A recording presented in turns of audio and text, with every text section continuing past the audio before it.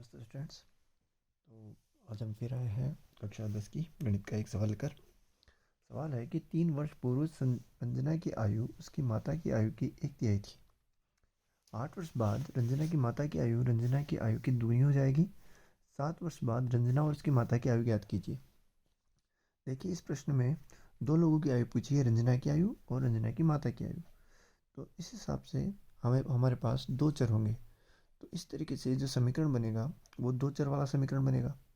और दो चर वाले समीकरण को हल करने के लिए हमें दो समीकरण युग्म चाहिए, एक समीकरण युग्म चाहिए।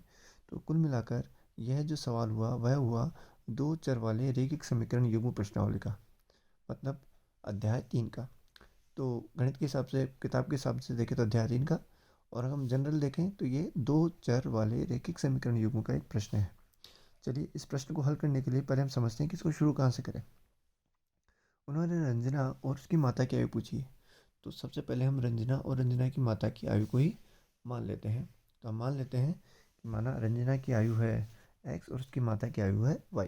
चलिए लिख लेते हैं इसको। तो हमने मान लिया है कि माना रंजना की वर्तमान आयु x वर्ष है और रंजना की माता की वर्तमान आयु y वर्ष है। मतलब आज के समय रंजना की आयु x वर्ष है और रंजना की माता की आयु y वर्ष है। अब सवाल बनाते हैं 3 वर्ष पूर्व। 3 वर्ष पूर्व मतलब जो अभी आयु है उसमें से 3 साल हम कम कर देंगे। तो इसमें से भी 3 साल कम करेंगे और इसमें से भी 3 साल कम करेंगे। 3 वर्ष पूर्व उसकी माता की आयु, रंजना की आयु उसकी माता की आयु की एक तिहाई थी। मतलब अगर रंजना की माता की आयु 21 साल है तो उसकी एक तिहाई मतलब 3 का भाग दे दीजिए। तो रंजना की आयु होगी 7 साल। मतलब इनडायरेक्टली हम ये भी कह सकते हैं कि रंजना की माता रंजना से 3 साल 3 गुनी आयु बड़ी है। ठीक है, तो इसका भी समीकरण बना लेते हैं। किस तरह से बनेगा, देखिए 3 वर्ष पूर्व रंजना की आयु हो गई है x-3 वर्ष, और 3 वर्ष पूर्व रंजना की माता की आयु y में से 3 वर्ष कम कर देंगे तो y-3 वर्ष।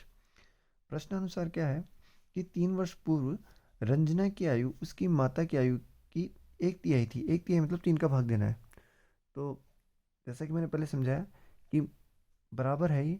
तो अगर रंजना की आयु, माता की आयु अगर 21 साल है, ठीक है, और तो उसकी बेटी की आयु, उसकी एक तिहाई कितनी हुई, 7।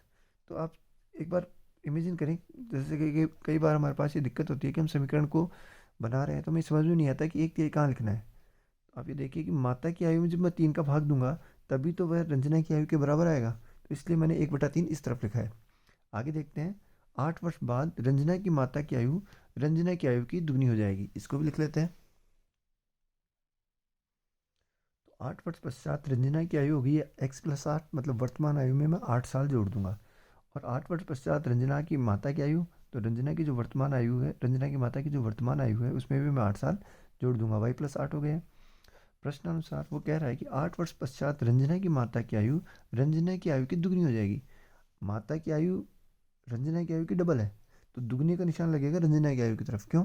क्योंकि जब मैं रंजना का दुगना करूंगा तभी तो वो इसके बराबर होगा, इसलिए जो दुगना लगेगा वो इस तरफ आएगा। यहाँ ये चीज़ बड़ी समझने की है। अब मैं इसे दे देता हूँ समीकरण नंबर 1 और इसे समीकरण नंबर 2। अब मैं इस 1 और 2 को सॉल्व करके थोड़ा सा सही वे में लिख लेता हूँ।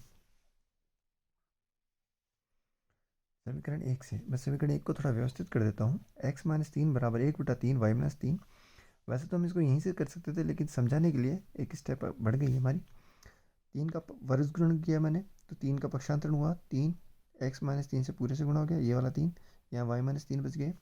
3 को कोष्टक के अंदर वाली संख्या से गुणा किया तो 3 को x से गुणा किया 3x, 3 को -3 से गुणा किया तो -9, y का y, -3 का -3।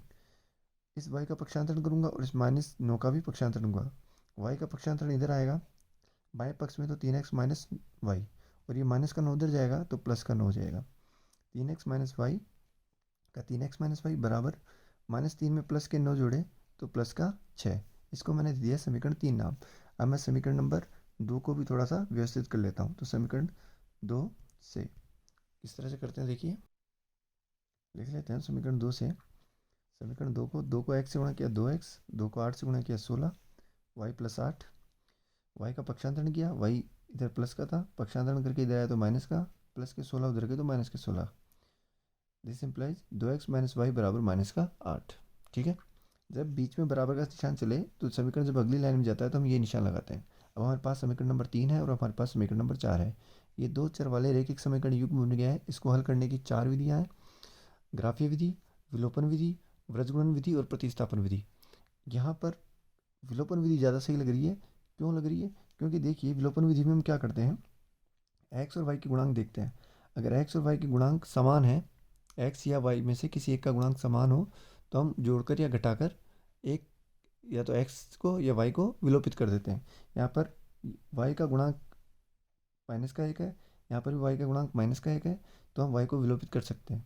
किस तरह से करेंगे? समीकरण 3 में से समीकरण 4 घटाने पर। जब निशान एक जैसा हो तो हम घटाते हैं और निशान अलग अलग हो तो हम जोड़ते हैं। यहाँ पर निशान दोनों में माइनस का है तो मैं इसको घटाऊँगा। ठीक है, तो मैं समीकरण 3 में से 4 को घटाने पर लिख देता हूँ। किस तरह से होगा? 3x माइनस वाई, समीकरण 3 में से समीकरण 4 घटा रहे हैं। समीकरण 3 था 3x माइनस वाई बराबर 6। समीकरण 4 था 2x माइनस वाई बराबर -8। जब घटाऊंगा तो निशान बदल जाएंगे। ये प्लस के 2x माइनस का, ये माइनस का प्लस का और ये माइनस प्लस का हो जाएगा। 3x में से 2x गया तो 1x, माइनस वाई में से प्लस वाई गया तो 0, तो एक विलोपित हो गया है। 6 और 8, ये प्लस के 8 है तो 6 और 8 14, तो x की वैल्यू आ गई है 14। x हमने क्या माना था? रंजना की आयु। ठीक है, अब इस x का मान हम किसी भी एक समीकरण में रख देंगे। x का मान समीकरण 3 में रखने पर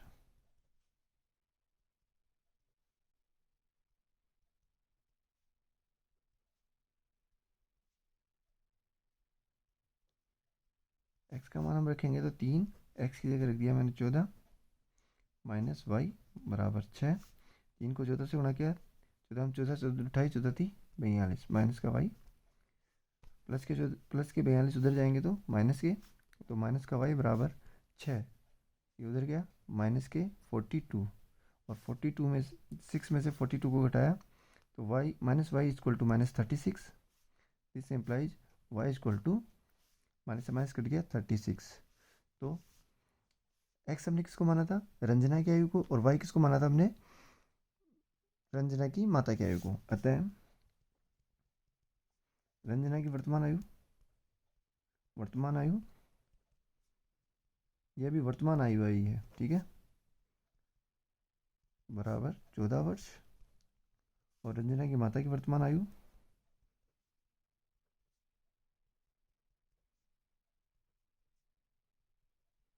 वो आ गई है 36 वर्ष। भाई एक बार हम इसको चेक कर लेंगे कि ये उत्तर हमारा सही है या गलत है। किस तरह से चेक करेंगे? उसने कहा है कि 3 वर्ष पूर्व, आज से 3 वर्ष पूर्व रंजना की आयु अपनी माता की आयु की 1/3 थी। ठीक है, तो आज से 3 वर्ष पूर्व मतलब रंजना की आयु 14 साल है, तो आज से 3 साल पहले 11 वर्ष हुई। और रंजना की माता की आयु 36 है, तो वो हो गई 33। ठीक है, तो रंजना की 3 साल पहले आयु थी 11 और इसकी माता की आयु थी 33, तो ये कितना है? 33 का 1/3 है।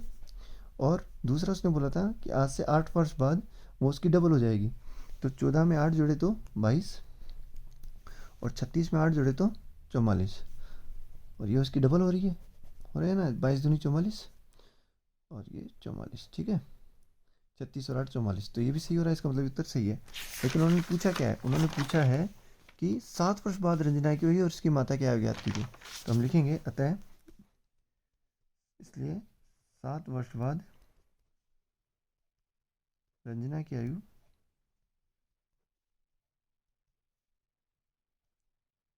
बराबर 14 और 7 21 वर्ष, और रंजना की माता की आयु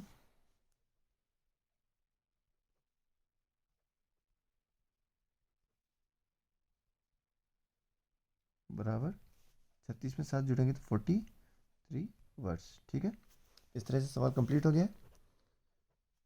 और कोई आपको कठिनाई हो तो आप स्टूडेंट टॉक्स पे कमेंट बॉक्स में लिखकर पूछ सकते हैं।